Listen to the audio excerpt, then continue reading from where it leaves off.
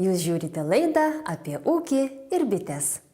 Ar nesmagu žvarbų žiemos vakarą, grįžus į namus užsiplikyti karštos žolelių arbatos ir kartu su artimaisiais susėdus prie stalo pajusti trumpam sugrįžusią vasaros kaitrą ir žydinčių pievų aromatą. O štai Panaroje šalia Merkinės ruošiamos ekologinių žolynų arbatos šildo ne tik jas geriančių kūnus, bet ir sielas. Kviečiu žiūrėti. Čia dabar gaminame ramybės upę. Tai jinai mūsų arbata labai pasiteisino. Ženklinime, tiesiog čia yra raudonėlis, melisa ir pipirmėtė, būtent yra šios arbatos sudėtyje. Tai va štaip mes pasikarpom ir paskui yra pagal tai, kokią parduotuvę, ką nors užsako, tai mes tiesiog imame iš šitų dėžučių, pakuojame, fasuojame pagal receptūrą ir atiduodame užsakovams. Taipogi labai daug sunaudojame patys savo reikmėm. Kadangi pas mus yra socialinė psichologinė priklausomų asmenų reabilitacija, tai mes geriam arbatas 3 kartus per dieną, visa bendruomenė. Nors už lango žiema, darbai pilnų namų bendruomenės vaistažolių ūkyje Panaros kaime šalia Merkinės nesibaigia ištisus metus. Iš vasarą vienuolių įrengtame herbulariume bei Panaros apylinkėse surinktų bei rūpestingai išdžiovintų vaistažolių ruošiamos arbatos gaminami prieskonių mišiniai. Bendruomenės vaistinių ir prieskoninių augalų auginimas ir gamyba sertifikuota kaip ekologinė. Rankų darbas reikalauja tikrai daug laiko, nes viskas yra surenkama ir pasodinama, ir surenkama, ir sudžiovinama, ir sukarpoma, ir supilstoma, viskas rankų darbas. Mes naudojame tik tai sekatorių, būtent žolelių karpimui, o visa kita atlieka, daug darbščių rankų atlieka, kad šitos mūsų pagamintos arbatos puikuotus ir ant mūsų, ir ant vartotojo stalo. Vienuolynas ateityje kurdamas jis turi numatyti ir galimybės, iš ko reikės pragyventi. Ir viena iš tokia veiklos formų yra ekologinių ūkio kūrimas ir vaistažolių auginimas. Tuo labiau, kad vienuolynai nuo seniausių laikų turi tokią tradiciją. Ar tai, tarkime, kur šilti kraštai augina vynuoges ir vyną kaip kur gamina, kaip kur ir vaistažolės, o pas mus, žinoma, tam yra palanki aplinka ir jie mūsų smėlynai, kaip tik jie kažkokių ypatingų derlingų daržovių ten ar kažko neišauginsi, tai vaistažolė, manau, kad yra labai palanki žemė. Turime grinai, kur žolelės auginame, tai kažkur tai apie 1,5 hektaro, nes labai daug plėstis tai yra tikrai neįmanoma, nes mes nenaudojame technikos, naudojame žolelių auginimui, visur kuriame grožį ir tokią žemės architektūrą netgi, kiekvieną rūšį vaistažolių augindami mes įrėminame į kažkokį tai rėmelį, kurį žydintys augalai sudaro. Šiuo metu mes naudojame rudeninės astras, kai nuėmus visą derlių, tai tie laukeliai visi mėlynai pražysta ir būna dar kažkiek tai to grožio išlaikome, kad nors keletą savaičių. Moderniame bendruomenės ūkyje, kur taikomi naujausi mokslo pasiekimai, rankų darbas vyrauja neatsitiktinai. Vienuolių misija pagalba nuo alkoholio ir narkotikų priklausomiems vyrams, kuriems darbas ūkyje terapijos dalis. Kita vertus, tik kruopščiai renkant ir rūpestingai ruošiant žoleles, įmanoma užtikrinti pačią geriausią ūkio produkcijos kokybę. Ekologinis ūkininkavimas kilo galbūt iš mūsų veiklos, nes pilnų namų bendruomenė vykdo psichologinę socialinę priklausomų žmonių reabilitaciją. Ir atsikėlus į šitą puikią vietą, į Vienkiemį, aplinkui grinai nėra nei fabrikų, nei mašinų kelių, yra išskirtinai miškas, tai mes galvojam būtent, ką reiktų duoti mūsų žmonėm, miestiečiams ir mums patiem, ką čia pradėti, kaip darbo terapiją vykdyti. Kadangi sveikimo proceso viena iš pagrindinių dalių yra darbo terapija ir turi žmonės dirbti. Ir kilo mintis pradėti būtent vaistažoles auginti ir rinkti iš ekologiškos aplinkos. Tas darbas jūsų globojamiems žmonėms, jis yra turbūt svarbus. Na, be abejo, kadangi daugelis iš jų atvažiuoja pas mus kaip net ir neturėję darbinių įgūdžių.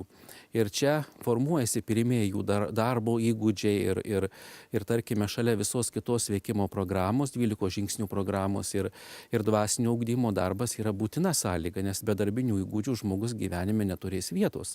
Išmokę tų darbinių įgūdžių, grįžta į visuomenę, mėgina integruotis, na ir jau pradeda suvokti, kas tai yra atsakomybė. Šito projekto dėka mes sukūrėme darbo vietas. Panaros kaimo moteris buvo įdarbintos, jos jau būtent labai daug padeda tokiom natūraliom, iš esmės savo žiniom, o mūsų būtent reabilitacijos grupės nariai, tai irgi tai kaip darbo terapija, jie ir išveža žolelės į kompostą, ir akmenys iš lauko išrenka, tokį atlieka, na, kaip ir pagalbinį darbą, prisiliesdami prie tos žemės. Jau 12 metų savo veiklą vykdančios bendruomenės Vaistažolių ūkio produkcija gerai žinoma visoje Lietuvoje. Vienuolių paruoštų arbatų ir prieskonių galima įsigyti specializuotose parduotuvėse, kai kurie pirkėjai jų nupirkti atvyksta į ūkį. Vykdydama savo tiesioginę misiją, bendruomenė stengiasi būti aktyvi ir dalyvauja įvairiose programuose bei projektinėje veikloje. Sertifikavusi savo ūkyje ekologinę gamybą, ji gauna Lietuvos kaimo plėtros 2007-2013 metų programoje numatytą ES paramą. Manau, kad ekologinis visas ūkininkavimas yra daugiau tikėjimo klausimas, galbūt tai yra požiūrio į gyvenimą klausimas, požiūrio į mūsų ateitį, mūsų vaikų ateitį klausimas. Ir manau, kad tai yra Lietuva pajėgi susibūrus tam tikrai žmonių grupiai netgi ir iškelti savo reikalavimą, kad būtų Lietuva ekologiška šalis, žalia šalis, nes chemija mes nieko nenustebinsim pasaulio. Pasaulį galim nustebinti tuo, kad jeigu taptume, na, tiesiog žalia sala šiam žemėlapį. Ekologinis ūkininkavimas yra sudėtingesnis dalykas, kadangi tu negali naudoti nei mineralinių trąšų, nei apskritai jokių kitų sintetinių, tik tais organika, sėjomaina ir kiti apgalvoti tie jau naudojami procesai.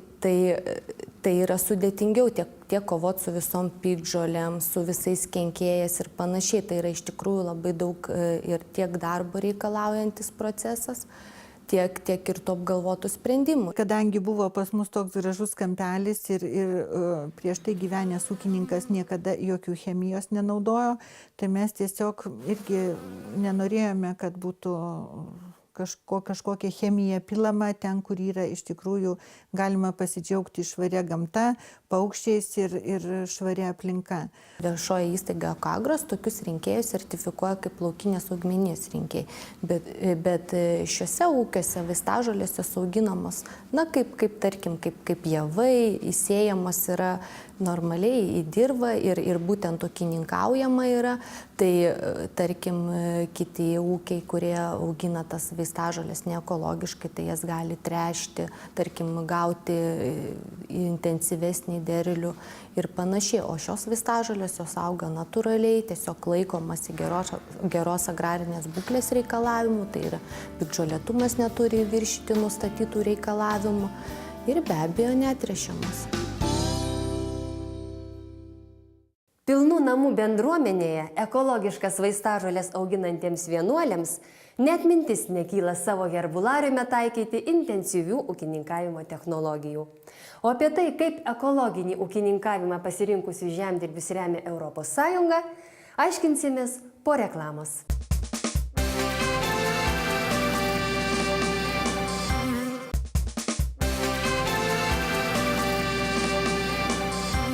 Lietuvos ūkininkai ir žemės ūkio produkcijos perdirbėjai, matydami augančių natūralių produktų paklausą, stengiasi pateikti vartotojams vis daugiau ir vis įvairesnių ekologiškų produktų. O ko gali tikėtis vartotojas, pirkdamas specialiais ženklais pažymėtus maisto produktus? Tęsime reportažą. Tam, kad ūkio produkciją būtų galima vadinti ekologiška, nepakanka vien tik tai auginti, nenaudojant jokių trąšų. Visa ekologinė produkcija turi būti sertifikuojama. Lietuvoje ekologinius ūkius sertifikuoja ir jų priežiūrą vykdo viešoji įstaiga Ekoagros. Nusipirkę ekologišką obuolį nereiškia, kad jūs neturite jo nuplauti.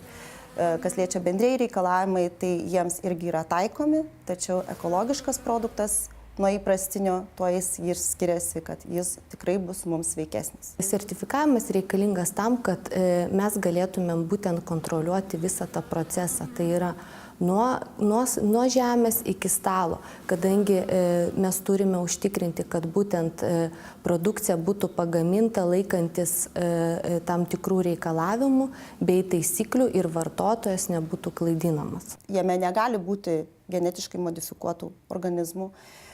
Gaminant negalima naudoti sintetinių cheminių medžiagų. Gyvuliai auginami, jiems yra taikoma gyvulių gerovės reikalavimai, negalima naudoti antibiotikų. Auginant ekologiškus žemės ūkio kilmės produktus, auginimo metu taikoma yra sėjomaina. Tai yra visa sistema, ne tai, kad tai tas produktas būtų ekologiškai švarus, ir tai yra netgi neatsiejama dalis nuo aplinkos tausojimo. Tas augalas kuris yra ekologiškai auginamas, jisai turi kovoti dar ne tik su kenkėjais, bet dar ir su piktžolėm ir dar iš dirvos imti maistinės medžiagas visas. Tai be abejo, jisai užauga mažesnis, dėl to ir mokama ta kompensacinė išmoka pareiškėjams būtent padengti tą nuostolį, kuris galėtų būti gaunamas auginant, tarkim, tas pačias daržovės ar vaistažolės įprastinėme ūkyje ir ekologinėme. Ekologinį ūkininkavimą remia ir ES. Pagal Lietuvos kaimo plėtros 2007-2013 metų programą žemdirbiams už sertifikuotus plotus kasmet mokama fiksuota paramos suma. Už ekologiškai auginamų javų hektarą mokama po 742 litus, už daugiametę žolės 438 litai. Kaimo plėtros fondo parama skiriama ir uogų, vaisių, daržovių bei vaistažolių augintojams. Už ekologiškai auginamų bulvių bei daržovių hektarą skiriama 1518 litų kasmetinė parama. Už vaistažolės 1687 litai, o už sodų bei uogynų hektarą 1780 litų. Ši kompensacinė išmoka yra mokama 2 etapais. Tai yra 50% apskaičiuotos išmokos sumos pareiškėjas gauna įvertinus paraišką, o likusi 50% suma yra sumokama pagal kiekvieną pasėlių grupę atskirai, kai pareiškėjas pateikė nacionaliniai mokėjimo agentūrai prie Žemės ūkio ministerijos informaciją apie ekologiškos realizuotos produkcijos kiekį. Taip pat norėčiau pabrėžti, kad šią išmoką gauna tiek ekologinės gamybos, tiek pereinamoje į ekologinę gamybą ūkiai. Kai sertifikavimo įstaiga pradeda sertifikuoti ekologinę gamybą, tai yra 3 metų pereinamasis laikotarpis. Tai nereiškia, kad aš užauginau šiemet produkciją ir jinai pataps ekologiška. Ne, žemė turi išsivalyti nuo sintetinių medžiagų. Pagal mūsų programą, tai tas minimalus plotas, su kuriuo tu gali dalyvauti, yra 1 hektaras. Tai, o lauko dydis turi būti ne mažesnis negu 0,1 hektaro. Tai tikrai nėra labai toksai didelis plotas ir būtent vaistažolės auginti yra, ta prasme, pakankamas plotas. Taip, galbūt mažiems ūkiams yra sunku įvykdyti tuos reikalavimus. Dėl to ūkiai stambėja. Todėl kitas dalykas yra netgi ir ES įmonės, kurios superka ekologiškus produktus. Jie daugiau pasitikė įmonėms didesnėmis negu mažais ūkininkais. ES aktyviai, kaip ir kitam programavimo laikotarpį, tikrai skatins ekologinį ūkininkavimą ir netgi, kai dabar yra naujasis tiesioginių išmokų reglamentas, ūkininkai turės laikytis žalinimo tokio elemento, tai tarkim ekologinio ūkininkavimo ūkininkai jau jo nebesilaikys, kadangi žalinimas jau jiems bus užskaitytas kaip jau tas jau elementas, kadangi jau ekologinis ūkininkavimas prilyginamas kaip aukščiausiai jau gamtą tausojančiai sričiai. Lietuvos kaimo plėtros 2007-2013 metų programoje numatytą paramą gauna ne tik ekologiniai augalininkystės ūkiai. Parama pagal programos antros krypties priemonę agrarinės aplinkosaugos išmokos skiriama ir gyvulių augintojams. Ši parama jiems mokama ne už auginamų gyvulių kiekį, o už sertifikuotus ir deklaruojamus daugiamečių žolių plotus. Tu turi turėti daugiametės žolės, jas tą plotą sertifikuoti, turėti gyvulių, taip pat nuganyti arba nušienauti iki tam tikro laikotarpio. Tai labiau apsimoka turėti mišrų ūkį, kadangi tu, tarkim, tada treši savo organinėmis, tarkim, gyvulių trąšomis įterpi į dirvą. Tau jau kaip yra uždaras procesas, tu to, ką užauginėjau, maitini gyvulius ir tas procesas sukasi. Tau nereikia galvoti, tarkim, iš kur gauti mėšlo ekologiško. Gyvūnas privalo būti išvedamas į lauką. Jis išvedamas arba emociono aikšteles, arba jisai natūraliai ganosi ganyklose. Taip pat yra kiekvienas gyvūnas, net jeigu jis yra tvarte, jam yra nustatytas nemažesnis plotas negu kažkiek tai kvadratinių metrų. Jis turi laisvai judėti, apsisukti, tiesiog tenkinti jo paties fiziologinius poreikius. Tie gyvuliai privalo būti sertifikuojami. Ir daugiametė žolė sertifikuojamas, tik tais tuo metu gausi paramą. Tas ekologiška produkcija po to parduoda. Yra iš tikrųjų pakankamai nemažas poreikis. ES paramą gauna augintojai. Tai yra ūkininkai, kurie augina ekologiškai gyvulius ar augina kitus žemės ūkio kilmės produktus. Šie ūkių subjektai jie gauna ES paramą. Tačiau perdirbimo įmonės, kurios gamina ekologišką varškę, ar uogienę, ar duoną, šios paramos jie negauna. Tačiau jie gauna kitą išskirtinį irgi tokią aspektą, kad ekologiškas produktas yra ženklinamas ekologinės gamybos ženklu. Ir taip jis išsiskiria rinkoje. Griežti reikalavimai taikomi ne tik ekologiškų žemės ūkio produktų auginimui ar perdirbimui. Griežtai reglamentuojamas ir jų ženklinimas. Tai daroma ne tik siekiant apsaugoti vartotojus nuo klaidinančios informacijos, kaip pavyzdžiui ant neekologiškų produktų pakuotės nurodoma, kad jie pagaminti ekologiniuose ūkiuose. Specialus ekologiškos produkcijos ženklinimas leidžia lengviau kontroliuoti produktų kilmę, o prireikus nustatyti, kur buvo pažeisti sertifikavimo reikalavimai. Tas lapas žmogui jau iškart asocijuojasi su ekologiškais produktais. Nacionalinis ekologiškų produktų ženklas tai yra daugiau Lietuvos vartotojų, tada Lietuvos vartotojai pažįsta ekologišką produktą, nors tie reikalavimai ir panašus visoje Europos Sąjungoje. Kiekvienas supakuotas ekologiškas produktas, jis turi būti paženklintas ekologinės gamybos ženklais. Visų pirma, yra svarbu, kad būtų Europos Sąjungos ekologiško produkto logotipas. Nacionalinis taip pat ženklas gali būti. Lietuvoje nacionalinis ekologiško produkto ženklas yra privalomas. Ir šie abu ženklai privalo būti. Be šių ženklų turi būti būtinai ir sertifikavimo įstaigos kodas bei kilmės šalis, žaliavos kilmės šalis. Ženklinimas tai jis ir nurodo, kad produktas yra kontroliuojamas, jo gamyba yra kontroliuojama ir kontrolės įstaiga, kur nurodyta kontrolės įstaigos kodas, jis atlieka kaip atsekamumo tokią procedūrą. Šiais metais taip esame gavę vieną pranešimą, tai yra iš Vokietijos, buvo išvežtos ekologiškos atvežos ir vokiečiai atlikę laboratorinius tyrimus nustatė, kad ekologiškose avižose yra augimo reguliatoriaus likučių, kurio negali būti ekologiškam produkte. Ekologinio žemės ūkio sertifikavimo sistema ne tik gina vartotojų interesus, bet ir skatina ūkininkus bei gamintojus laikytis nustatytų reikalavimų.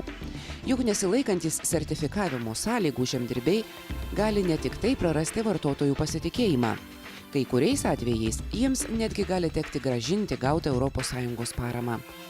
Tačiau dažniausiai ekologiškai gamybai taikomi reikalavimai pažeidžiami ne iš piktos valios. Pavyzdžiui, šiemet nustačius nemažai taršos medžiaga DET atvejų paaiškėjo, kad jie ekologiškus produktus užteršė rinkėjai. Laukinės augmenijos rinkėjai,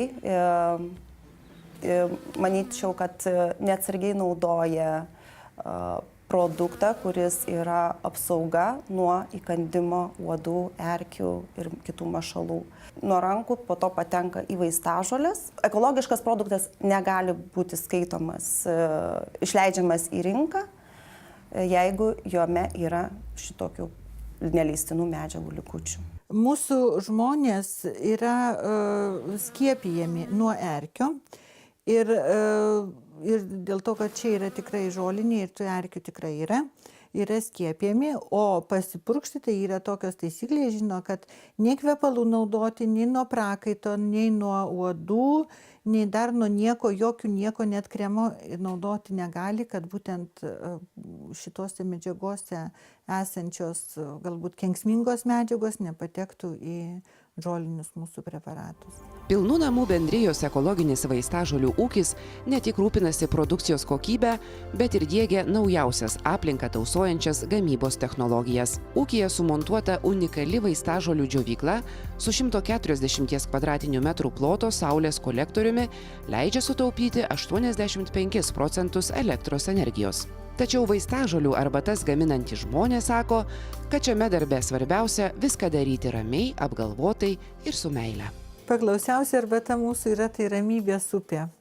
Tikriausiai šitam beprotiškam pasauliu visi lekia skuba ir tos ramybės visi norėtų pasisemti kažkur tai. Tai tokią grinai pavadinom ramybės upė, tokios žolelės, taip mums pasirodė, kad mūsų jos taip ramiai nuteikia.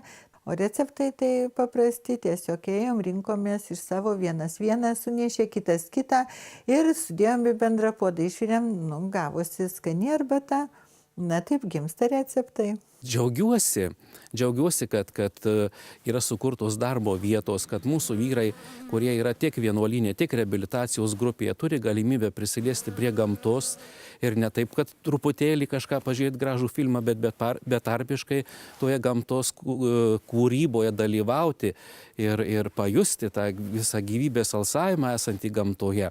Na ir tuo labiau, kada geria tas žolelės, kada jie patys geria tas arbatas, manau, kad jie taipogi jaučia ir tam tikrą džiaugsmą, kad čia yra jų pačių darbas, jų yra pastangos ir jie gali savo darbo vaisiais džiaugtis. Kuriame grožį, žmonės atvažiuoja, žiūri, nusiramina, tiesiog miela kitiem pabūti ir pačiam sveika ir valgyti, mes patys ir valgom ir geriam tą arbatą ir viską, ir miela, kad tai be chemijos yra. O apsimokėti tai gal ir neapsimoka.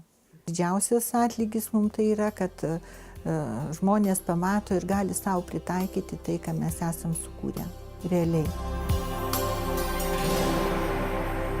Kaip sako senovės išmintis, sveikame kūne, sveika siela. O norint nesusirgti, kai už lango spaudžia šaltukas, reikia ne tik šiltai apsirengti, bet ir valgyti daug vitaminų. Kokiuose produktuose jų daugiausiai, tiems, kas žiūrėjote mūsų laidą, pasakoti jau nebereikia. O tie, kas nespėjote, apie ūkį ir bites ieškokite internete adresu lnk.lt. Nu, mes susitiksime kaip visada šeštadienį, 9 val. Ryte per LNK. Sudie. Europa investuoja į kaimo vietovės. Projektą remia Europos žemės ūkio fondas kaimo plėtrai ir Lietuvos Respublikos žemės ūkio ministerija.